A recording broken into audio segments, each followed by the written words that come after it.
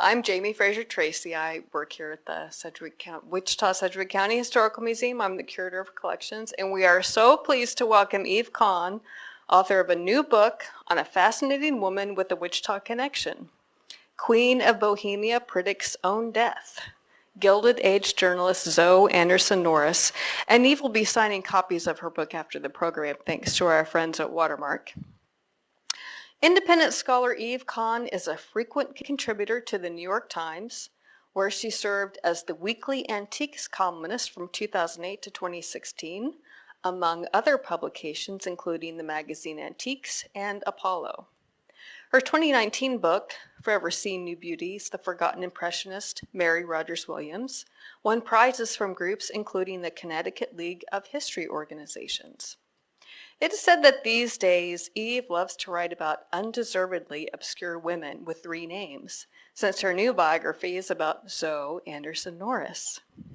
Eve serves on the boards of scholarly institutions, including the Victorian Society's New York chapter and the Grolier Club Museum. Eve is a delightful person, and I know we are so glad she's here in Wichita, so let's give Eve a warm welcome.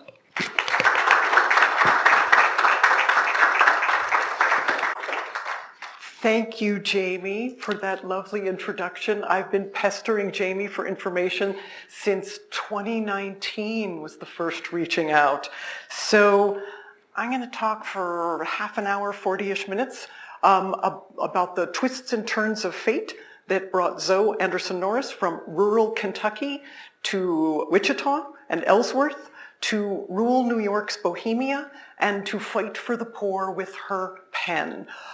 She only lived about a decade here, and a few years tacked on before that in Ellsworth. But this state, this place, was embedded in her work. She wrote millions of words of fiction and journalism, and you constantly see imagery of Kansas recurring, as well as people she met here followed her throughout her career. So, she was born in 1860 in Harrodsburg, Kentucky. A little old dog kennel town is how she described it by the time she became a committed New Yorker around 1900. It's in central Kentucky, it's about a half an hour southwest of Lexington by modern driving standards. So she was born in 1860, the 13th of 15 children.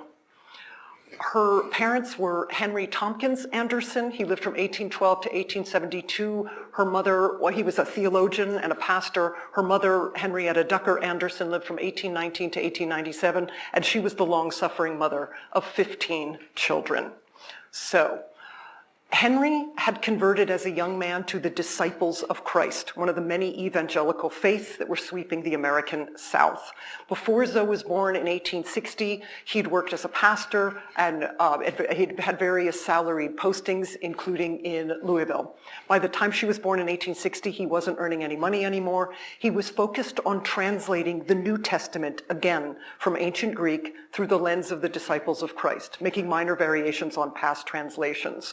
He published a couple editions of it. Another edition was published by a family member in the 1910s. It remains in print. It's considered a scholarly achievement to this day, particularly because it came from a country pastor with no congregation or institution backing him.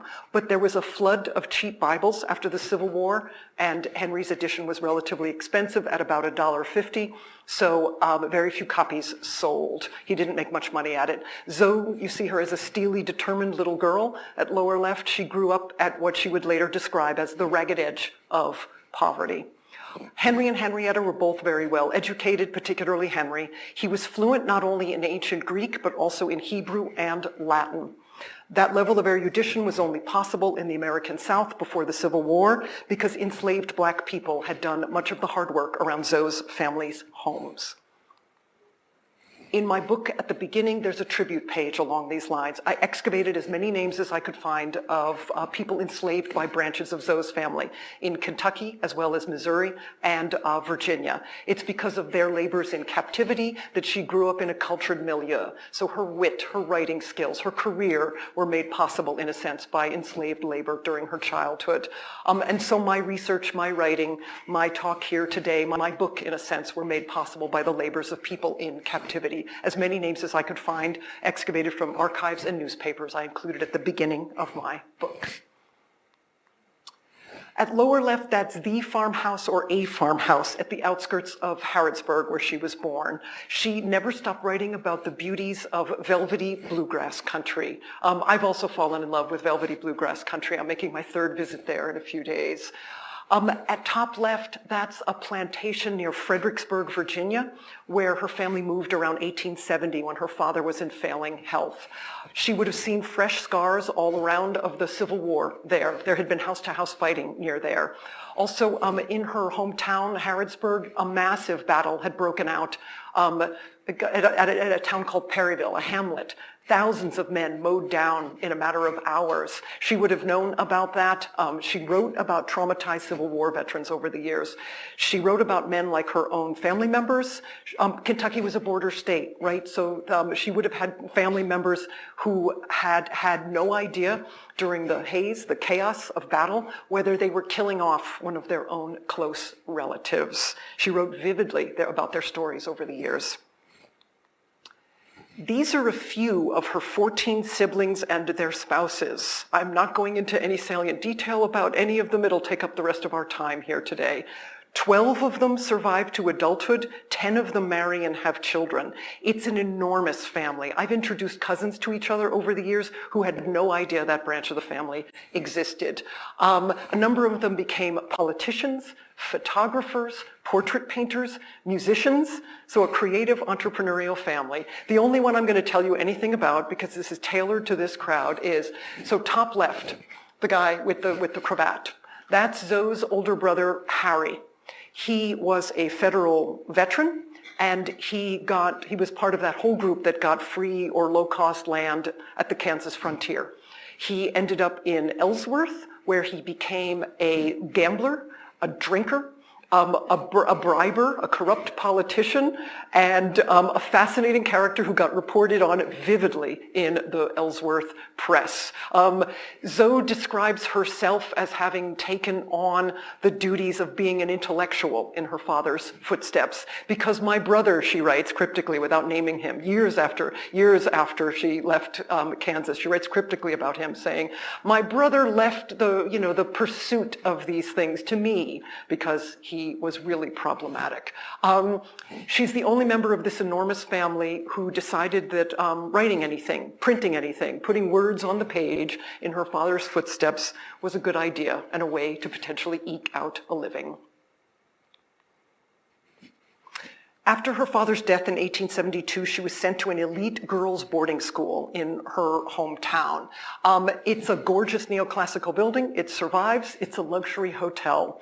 I'm going to visit it next week.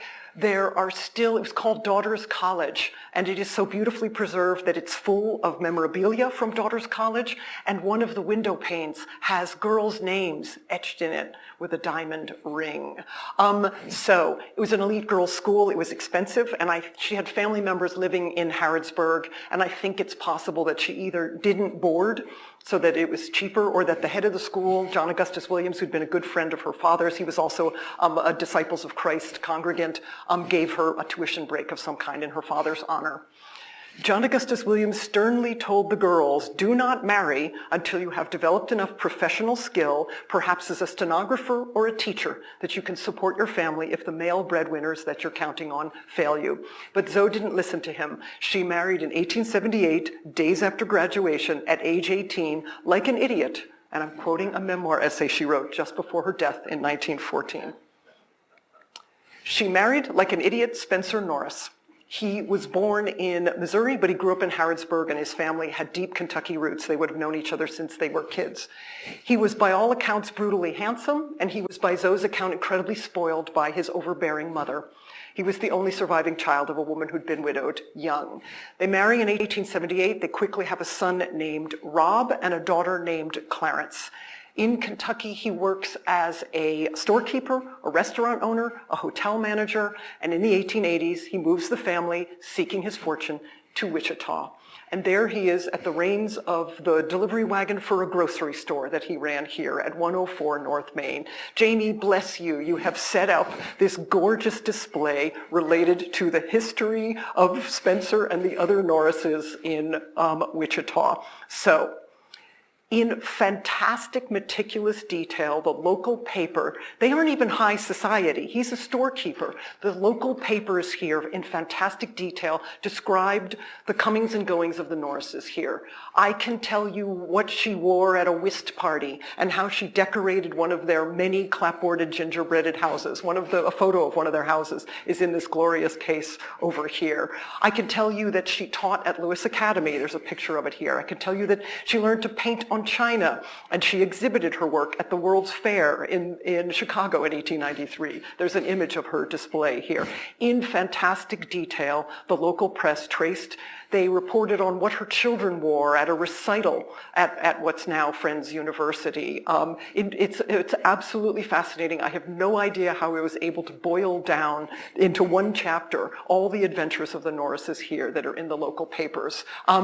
And it also described when her family visited her, which relatives had visited her, and also her friendships, or which local people she was getting along with, which birthday parties they went to. I know that she knew a writer named Sally Toller here, who's best known for being the mother of Sidney Toller, right, the actor who played Charlie Chan in the movies. She knew a writer here named Margaret Lemon, who wrote a newspaper column here. So remember those two names, Sally Toller, Margaret Lemon.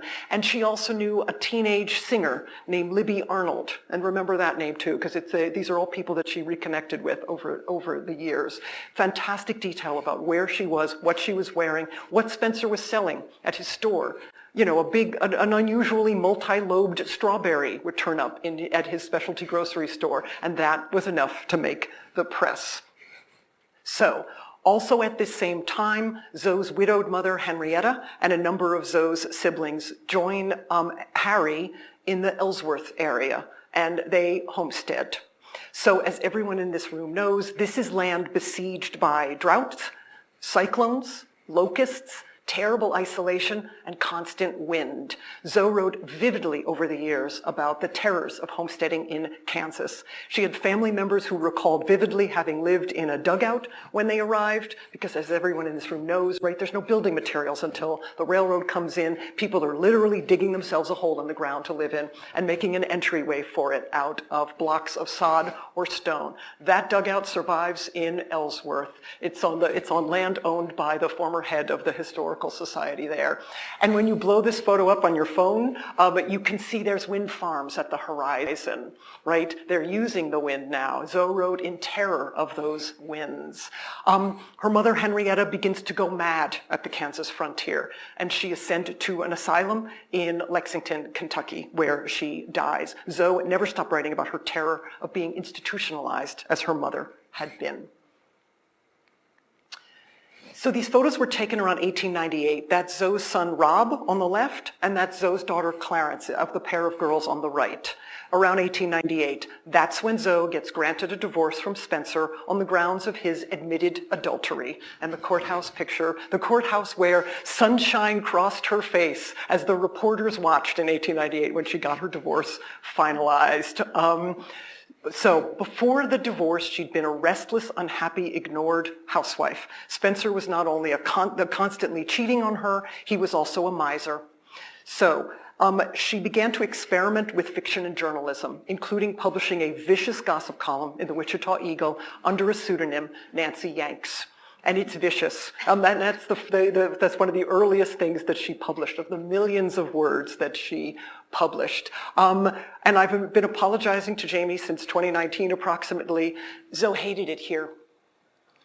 She thought people were pretentious nouveau riche. They're swanning around in Paris fashions. They're importing pianos from the East and bragging about their piano skills, when she, as a graduate of Daughters College, an elite girls' boarding school in Kentucky, actually had talent and sophistication. She brutally mocks people while she is still living here, and gets in a lot of trouble for it. So, Her son, Rob, is not a minor anymore at the time of the divorce, and he gets to choose his own fate. He becomes a railroad executive here. He stays here, and he ends up largely estranged from Zoe, which I'll explain in a moment. But her daughter Clarence is still a minor. Zoe gets custody, and they flee Wichita as soon as they can. The flow of words that she'd been experimenting with, it became a fire hose that didn't end until her death.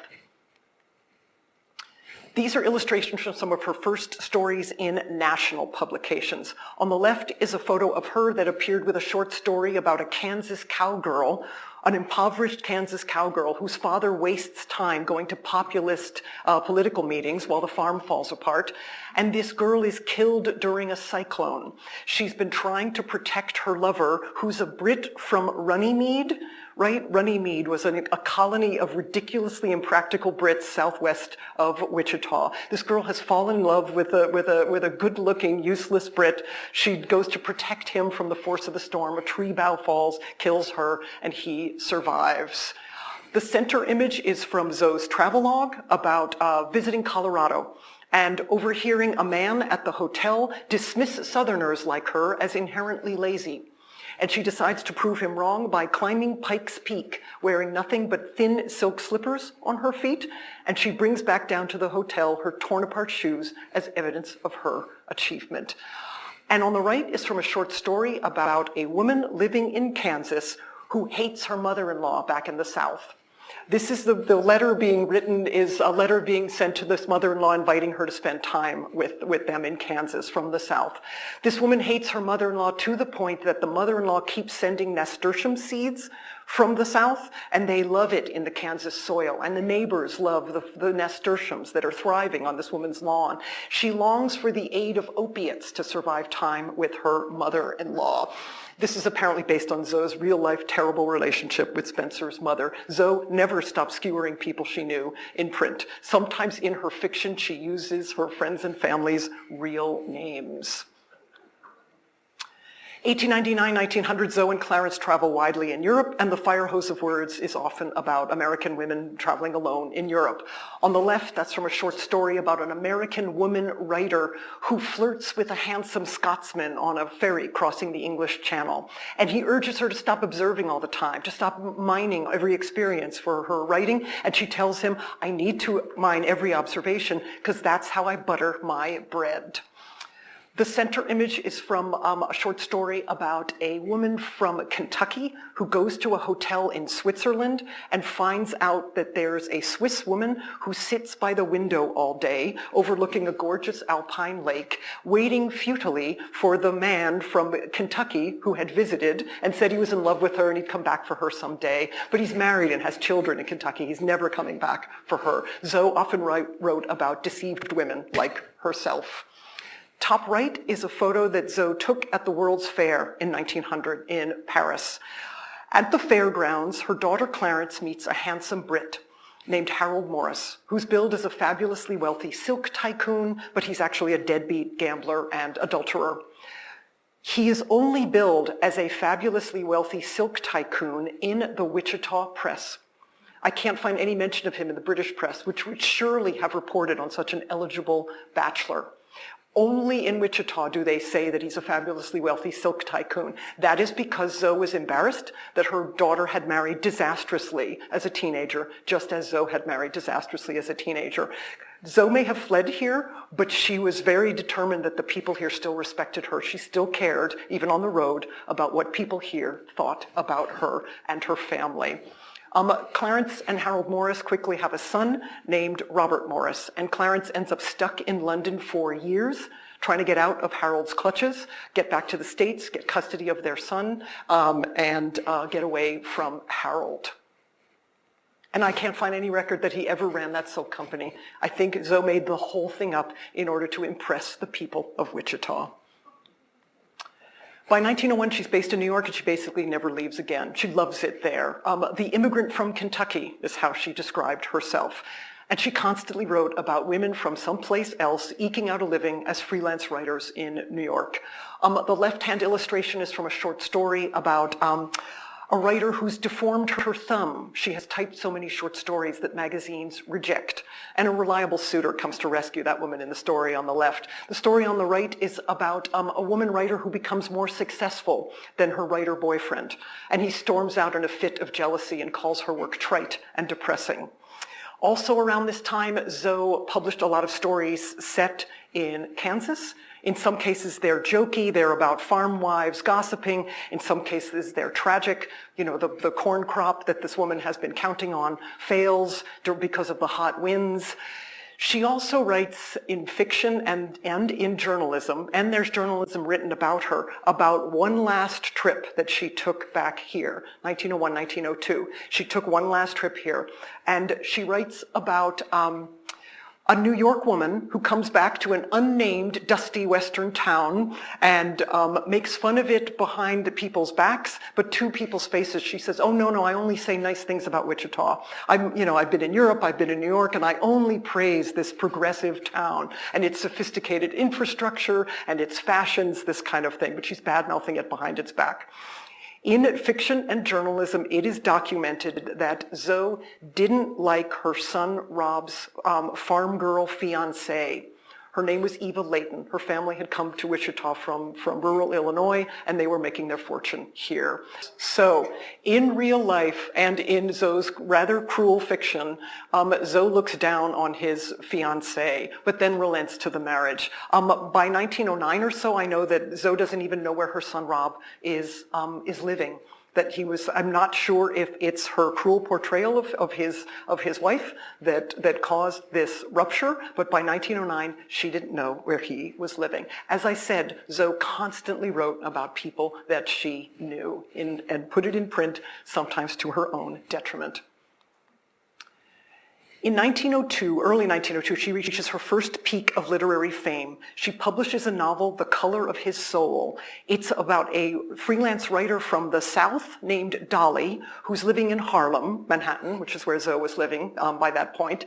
Dolly meets a charismatic socialist orator in the neighborhood named Cecil Mallon. And Cecil Mallon preaches sympathy for the wage slaves of the world. And Dolly finds out that he's actually an enormous, dangerous hypocrite. One of the wage slaves that he knows is his teenage mistress. She's a seamstress, and when she gets pregnant, he abandons her. As a pregnant, unmarried woman, she is unhousable and unemployable, and she ends up dying in childbirth in a charity hospital. Dolly, this character, who's obviously an avatar for Zoe, unmasks him publicly as a predator, a villain, a womanizer. So, do you remember I told you she knew a woman a writer in Wichita named Margaret Lemon, who, by the point of that Zoe publishes this novel, Margaret Lemon and her husband William are living in New York, and they have a son named Courtney Lemon. And Courtney Lemon was, in fact, a firebrand socialist orator. Cecil Mallon is the name of the villain in this book. When this book comes out to rave reviews, Courtney Lemon comes forward and says, I'm obviously the role model for this horrible character, Cecil Mallon. She knows my family. She's known them for years. She's obviously caricaturing me. I never did these terrible things. He threatens lawsuits, and Funk and Wagnalls yanks the book from the market. It's a quite conservative publisher. Zoe is devastated by this blow, although she does find a less prestigious publisher to re-release the book. Her version of the story that appears in the press when they get into these legal wranglings, and it appears in the Wichita press, it's vividly covered in the Wichita press, which is, yes, I knew Courtney Lemon and his family, but it's everybody's fair game to be written about. Writers have been doing this since ancient Roman times. And besides, he agreed to be fictionalized cruelly. He wanted to share my royalties. And when I wouldn't share, that's when he came forward. That's her version of the story. We don't really have his version of the story. During the legal wranglings, "Threat to Pretty Girl Novelist" was one of the headlines in the newspapers. She's 42 and a grandmother when she gets called a pretty girl, but I suspect it bothered her less than you might think. By 1902, she's shaving years off her age, 5 years, 7 years. She eventually shaves a full 10 years off of her age, and she's incredibly vain about it. She even tells census takers that she's 10 years approximately younger than she was. So can you make out the initials JKB at the bottom of the title page and underneath the two potted plants on the cover? That stands for John Kennedy Bryans, Jack Bryans as he was known. He illustrates her first book, and then he becomes her second husband. He's 12 years younger than she is, and I don't think he ever finds out how old she actually is. He's a prolific artist of mostly comic silhouettes. They run as newspaper comic strips in periodicals. He gets them printed on postcards. He illustrates a book for a fascinating black author and pastor named James Carruthers, who becomes a good friend of Zoe's and Jack's. And he illustrates the cover of her second novel, The Quest of Polly Locke, which is about a writer from the South who's lived in Virginia and has wasted 10 precious years in the cyclonic state. The title character of that book literally has followed Zoe's trajectory, and that book is very focused on the desperate poverty that Zoe had seen in, particularly in southern Italy, that there were disabled children begging at the rim of Vesuvius, for example. The marriage seems to sour quickly. She begins to write in her fiction and journalism about how boring it is to be married to a humorist, to watch someone try to grind out fun all day long.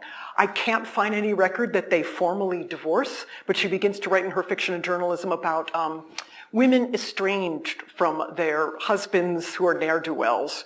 In one case, the woman runs into her estranged husband on the streets, and he asks her to either reconcile or formally divorce. And she replies to him, I don't want to reconcile. You're a terrible businessman. You're boring, and you were cruel to me. You criticize me all the time, but I don't want a formal divorce because that would make me vulnerable to marrying again, and I have bad taste in men, she tells him.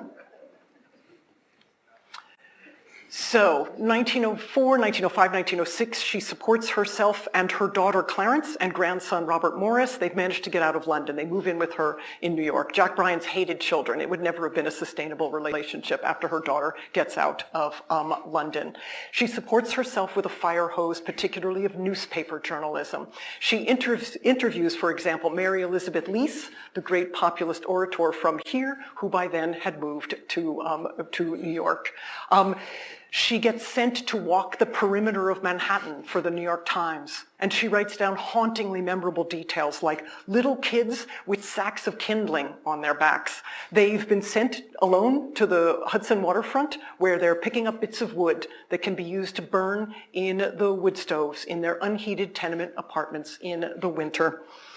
She also maintains a sense of humor with her newspaper journalism. The New York Sun sends her out to interview all the most prominent zoo animals in town. And the tortoise complains that all anybody wants to know is how old his wife is, and she hates that question. And the hippo complains every time I open my mouth even, I make a sensation and I get all this unwanted attention. And she tells the hippo, just be glad you're not a woman writer, because then when you open your mouth, you really land in hot water. She writes also for the New York Sun 12 stories that then run in syndication, and then she collects them in the form of her her third book, the 12 Kentucky Colonel stories. They're narrated by a Kentucky colonel who's based on one of her relatives back in Harrodsburg. They're about feuds that broke out in and around Zoe's hometown, because well into the 20th century, in Kentucky, you could get away with murder in front of a jury if you could persuade the jury that you had acted in defense of your honor, that you'd shot someone in broad daylight in front of witnesses, but it was an affair of honor, or H-O-N-N-A-H, Anna, as the character puts it in this book. It's told completely in a heavy Kentucky accent. Some of them are based on real life feuds that I can find documented in archives and newspapers, and some of them are obviously imaginary. In one case, the feud breaks out after one man's mother-in-law is shot in the arm, injured by accident during a gunfight, and two clans try to exterminate each other, and the cemeteries pile up, and the epitaphs are all along the lines of martyr, or mata, M-A-H-T-A-H, mata, to the cause of the mother-in-law. And then at the end of the story, you find out, of course, the reason the feud is so bitter is that that man hated his mother-in-law, and he wanted her killed outright instead of simply wounded. 1906, 1907, 1908, Zoe supports herself and her family with a fire hose that's increasingly focused on newspaper journalism about immigrant neighborhoods. She goes to the neighborhoods that are predominantly Irish, Italian, Eastern European Jewish, and Syrian and Chinese. People warn her that some of these neighborhoods are dangerous, and that just entices her to go deeper in. And her heart breaks to see the little mothers, the little fathers of these neighborhoods. Those are her photos of them at top left. Those are the 3, 4, and 5-year-olds who are assigned, expected to stay home and take care of their infant siblings while their parents are out working in sweatshops. But she also comes to admire the resourcefulness of the poor, that they can take a doorway, a stairwell, for instance, and turn it into a thriving pickle stand. At lower left, that's her daughter Clarence, and the boy at the far right of that row is her grandson Robert Morris. Zoe loved living with them. She called them Madonna con Bambino. The Bam was the little boy's nickname. By 1908, Clarence has spent enough time back in Kentucky. She has fallen in requited love with a farmer there, a good, stable soul. She remarries, and she brings little Robert to raise him in Zoe's hometown. When they leave, by 1908, Zoe is also falling deeper into poverty. The bank panic of 1907 had put a lot of the companies that employed her out of business. She's desperate, and she's bereft without her family. At one point, she ends up in a charity hospital. She's delirious. She's convinced that the staff would kill her, except they realized she's a well-known writer. In 1909, she pulls herself together. She announces to the world, I still have some diamond earrings left, and I'm going to pawn them to support myself. And I'm going to debut an experiment. I'm going to try to run my own magazine now. By then, she's tired of being told what to do by male editors. By then, they have plagiarized her, stiffed her on fees, sexually harassed her, accused her of various misdeeds. She announces to the world, I'm going to run my own show for a while just to see how it goes. She founds a bi-monthly magazine called The East Side. And it comes out every other month until her death, 29 issues. The East Side. By then, she's living on the Lower East Side on East 15th Street between 1st and 2nd Avenues. She's on the 7th floor of a newish building, and her apartment faces south. She overlooks a sea of desperate immigrant poverty that stretches basically all the way to City Hall. And she announces, I've got enough material just observing out my windows to last me the rest of my writing days. That's her brochure on the left. She gets blurbs from celebrities early on, including David Starr Jordan, the first president of Stanford. She announces, I'm going to write virtually every word in my own East Side magazine. Anyone who wants to write for me, they can pay me for the privilege of freelancing for me. She gives herself all the masthead titles, and she changes them with every issue. And they include, over the years, Printer's Devil, Bootblack, Circulation Liar, The Whole Cheese, and The Whole Shebang. Literally, up to 15 different masthead titles, in some cases with a big bracket, all pointing to one name, Zoe Anderson Norris. She finds an illustrator named William Oberhart who's willing to work for her for free. He's an up-and-comer. She can't afford his rates. She can simply pay him by sharing with him the press passes that she's getting to Broadway shows. He loves going to plays and musicals. She's reviewing plays and musicals in her magazine. She shares her press passes with him. That's the only way she can afford to pay him. And whatever she's writing about, he's wandering around the slums behind her and illustrating. Gaunt, exhausted child laborers, the bewildered newest arrivals at Ellis Island. She goes out to Ellis Island and she sees the people about to be deported. And in her time, as in our own, deportees were kept in cages. And they weren't deported back to, the hamlet in Ukraine that they had escaped from. They were dumped back by the shipping line, wherever the shipping line had picked them up. So you got deported from the States, the rest of your family managed to get into the promised land. You were sent back to maybe Southampton or Antwerp or Hamburg to try and make your way back to your hamlet and face even worse poverty and risk of violence than you had escaped from. She vividly documents these experiences. She goes to synagogue. You're seeing a synagogue at the second from lower left. She meets rabbis and she documents how they're becoming social justice activists, as is she. For all the cruelty and inequity that she sees in New York, she loves it best there. She writes about the skyscrapers with windows flashing back the fire of the sun, rising over the tenements and the peddler stands. The immigrant from Kentucky. She loved New York best. She sees men, women, children tottering under enormous burdens, being handed cups full of water as if they were animals. She begs for basic government reforms. Can we get the trash cans emptied on the streets of the Lower East Side the way we can in a wealthier neighborhood right nearby?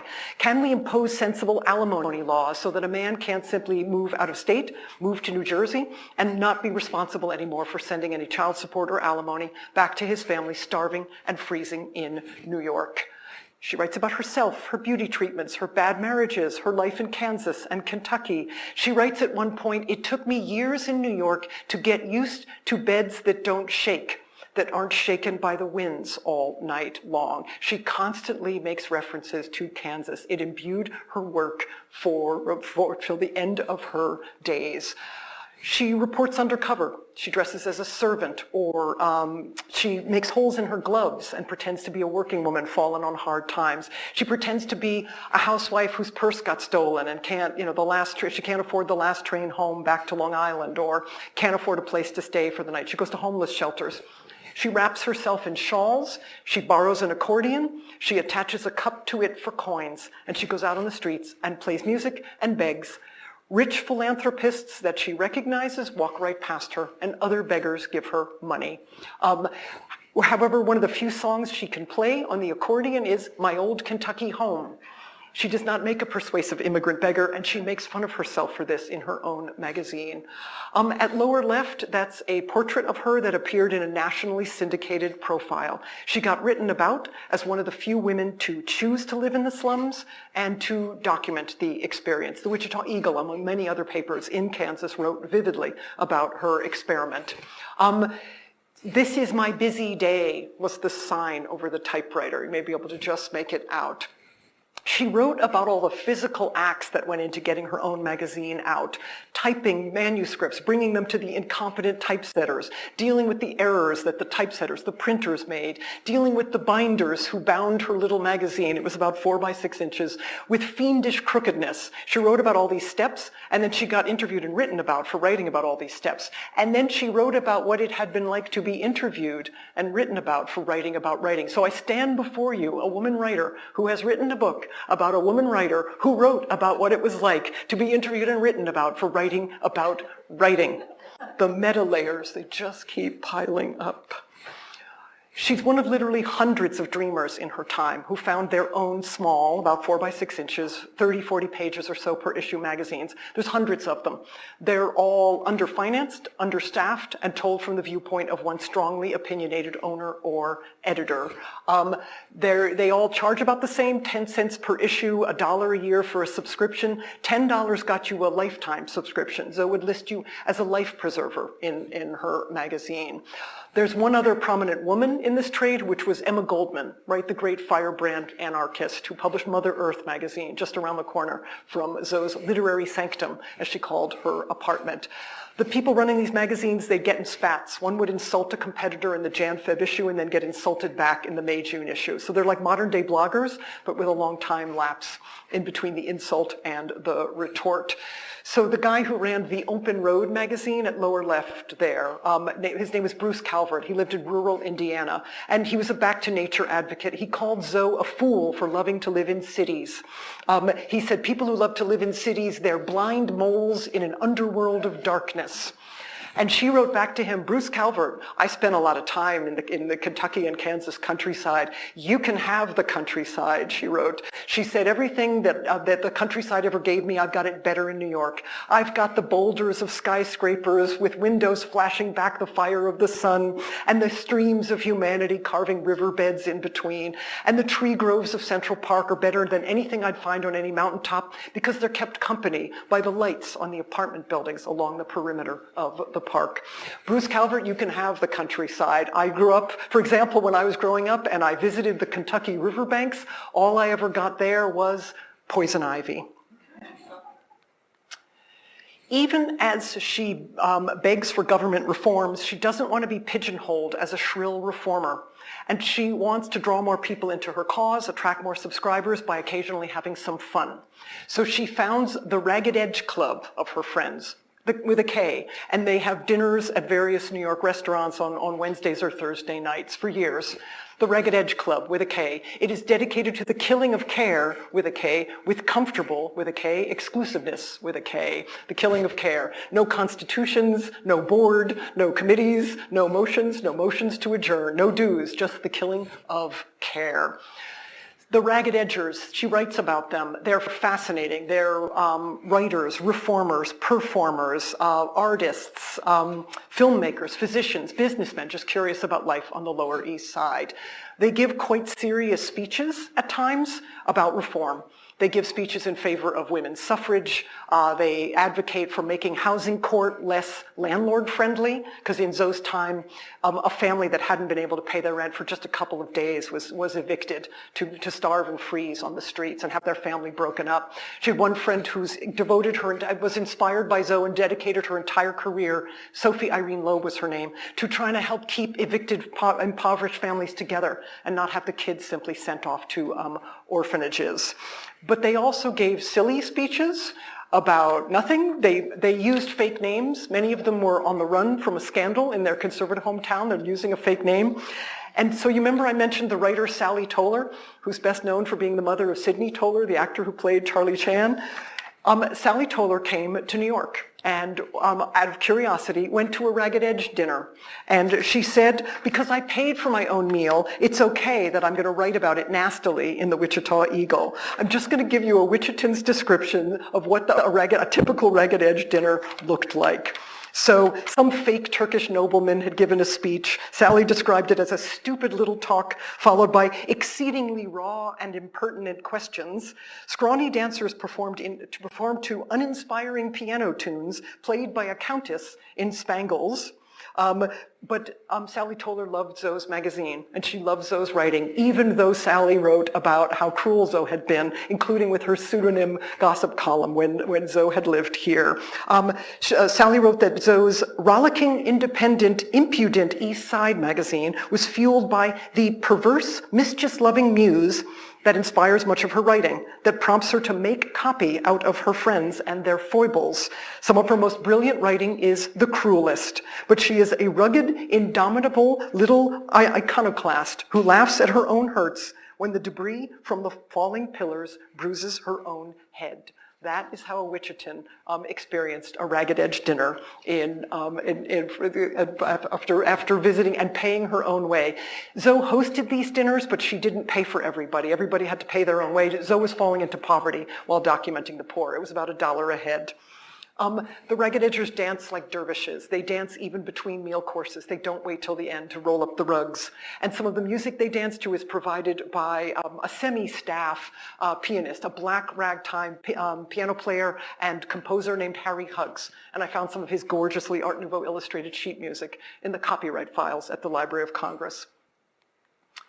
And this is a fraction of my collection of other sheet music performed by Zoe's friends in the Ragged Edge Klub. Zoe in Wichita had known a talented teenage singer named Libby Arnold.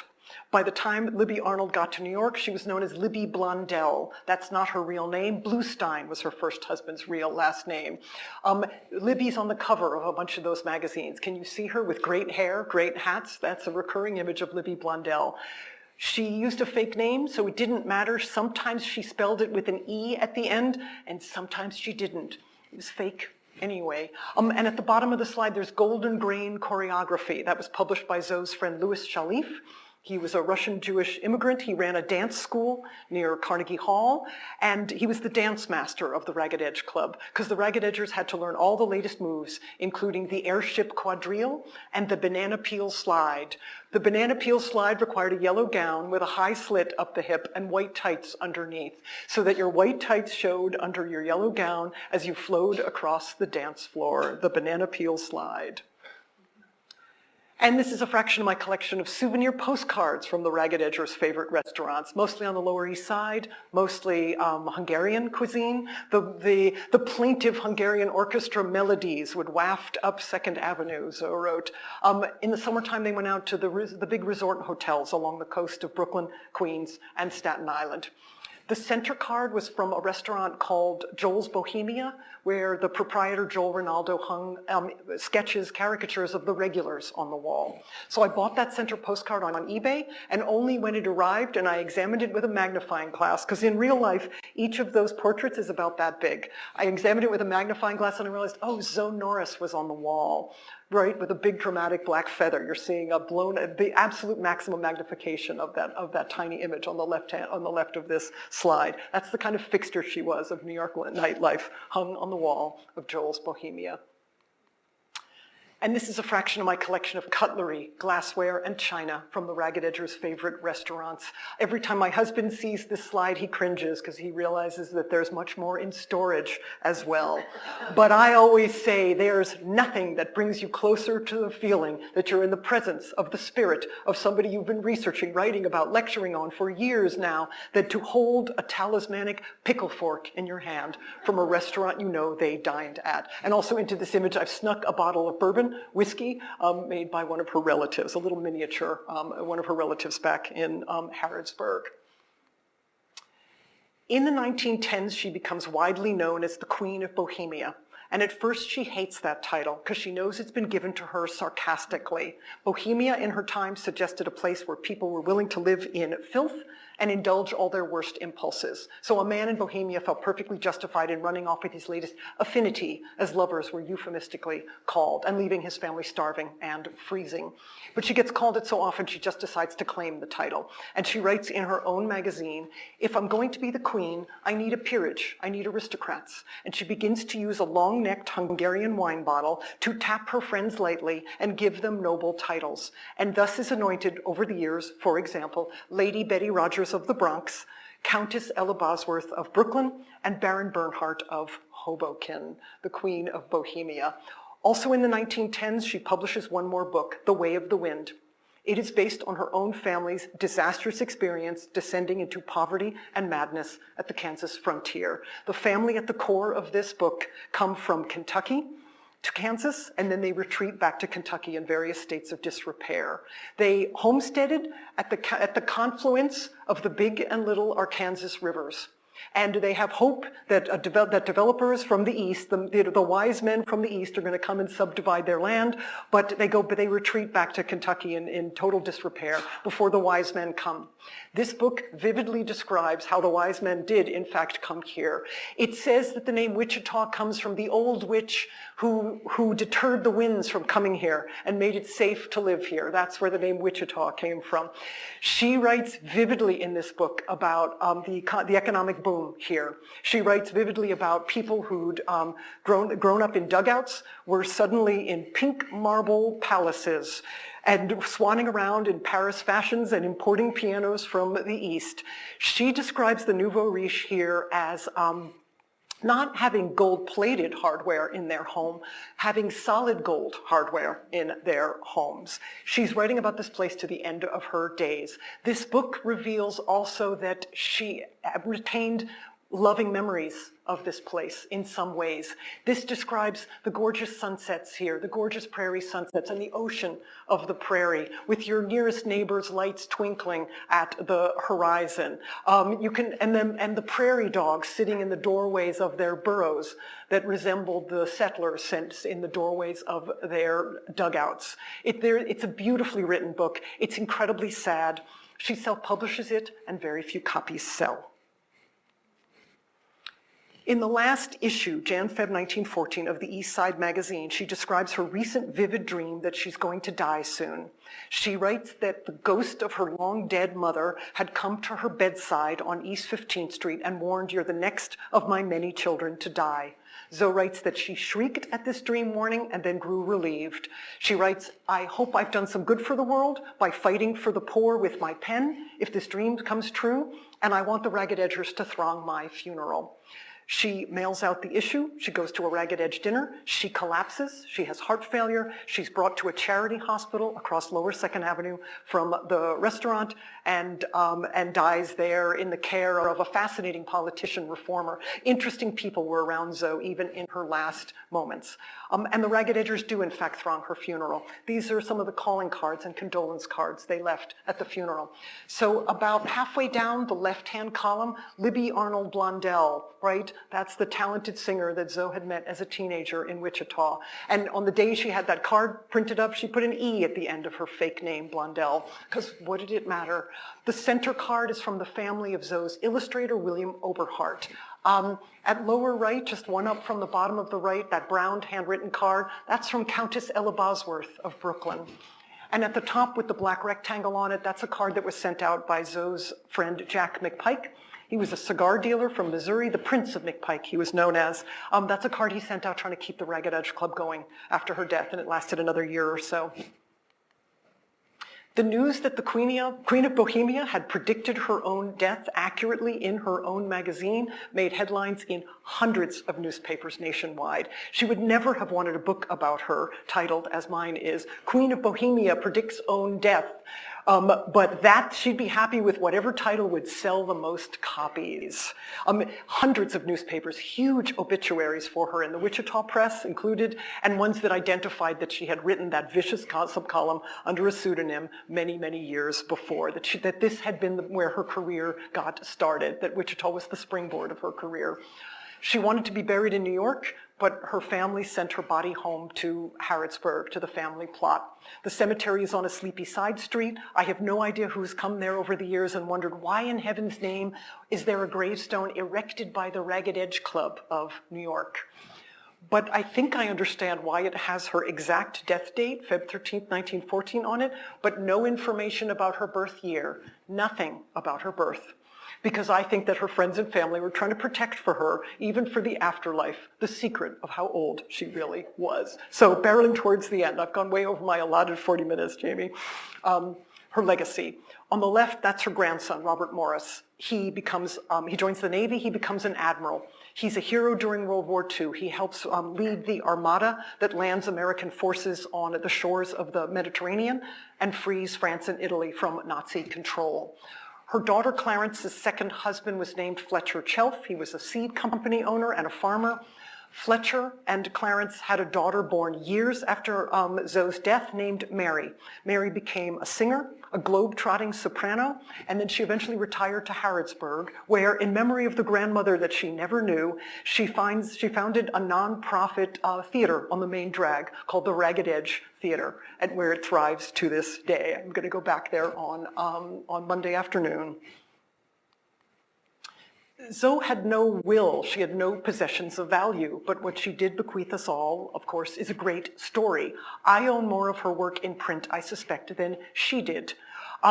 And stuff kept surfacing even at the last minute. I'd handed in my manuscript to my editors at Fordham University Press when something amazing surfaced on eBay. It was a copy of a magazine called, of course, The Bohemian that I'd been looking for years. I knew that she had a story in it. It was mentioned in newspapers, but I couldn't find the physical thing. It surfaced, and no institution had a copy of it. It surfaced on eBay at the absolute last minute. And it has a first-person story about how she was fired from a newspaper, accused of various misdeeds. It describes a turning point in her career, and it surfaced at the absolute last minute. I had to revise a whole chapter, and I definitely think that she's sending me messages from the afterlife, that she wants her story about how a woman writer wrote about writing told right. And finally, last slide. I tracked down her illustrator, William Oberhart's family in rural Maryland. They had an enormous archive for him. He went on to enormous fame, including for illustrating the first issues of Time magazine in the 1920s. They had his papers stacked to the ceiling in boxes in their attic.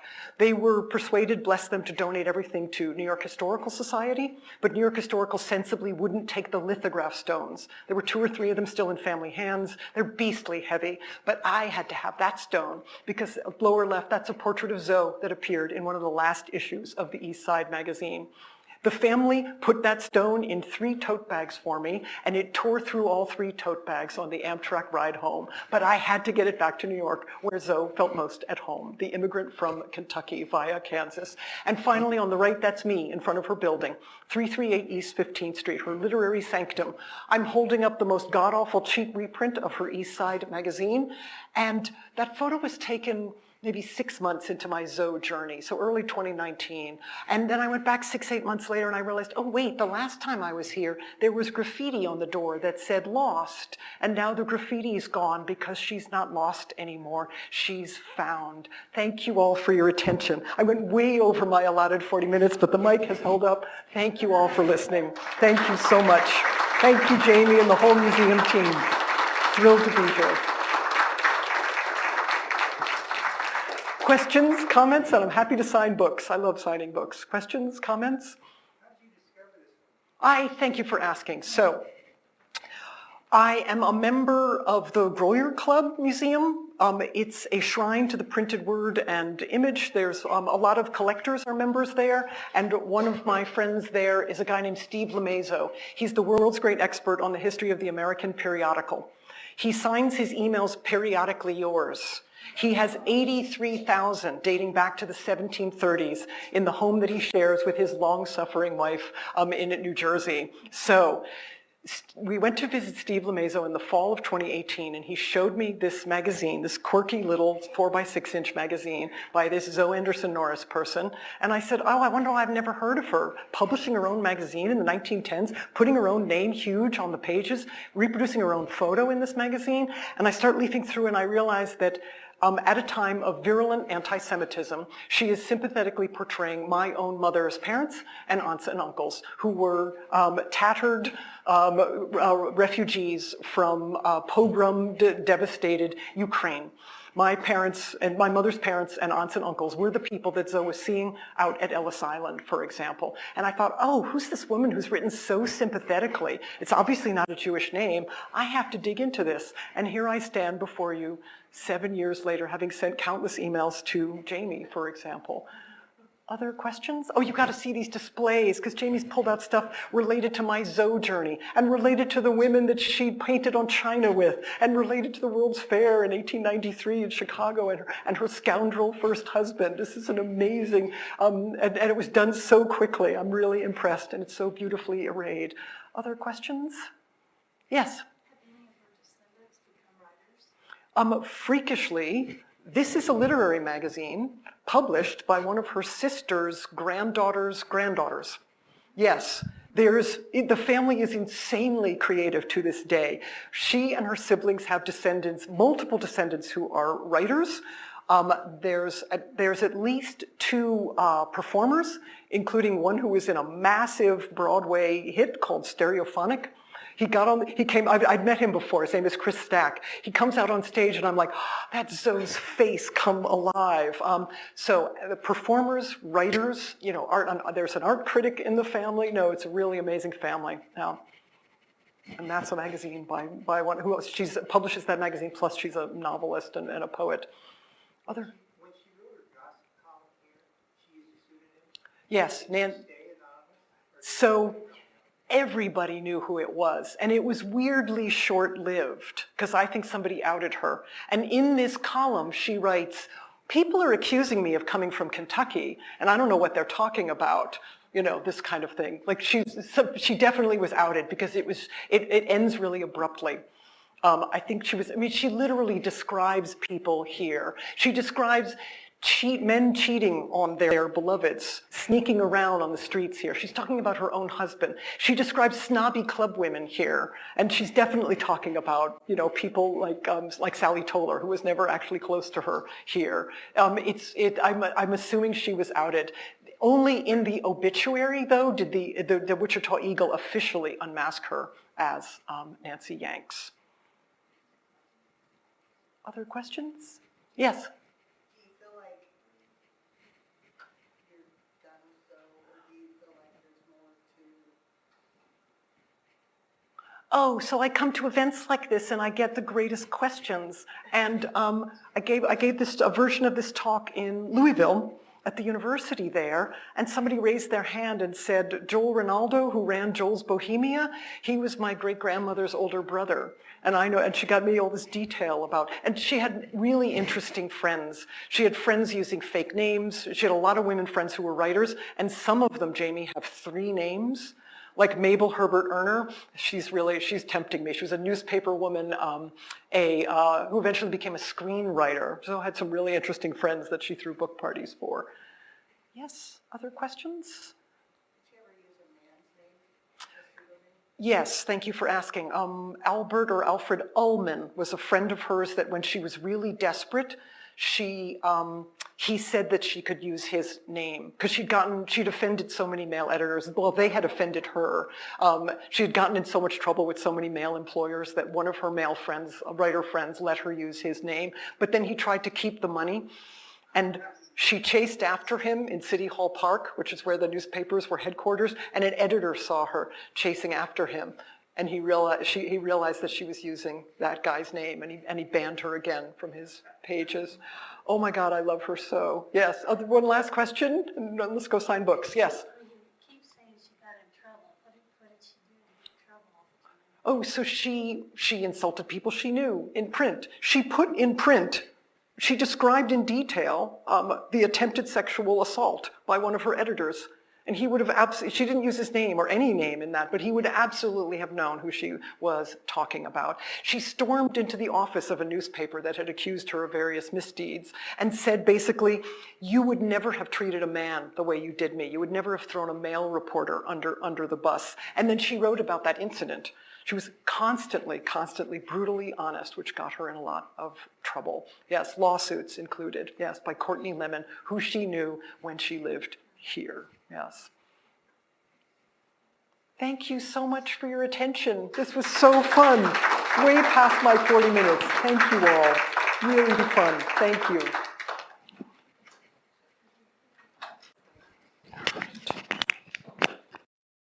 I'm going to turn this off. Isn't that fun? We read about your eagle. I was right for their 18 years.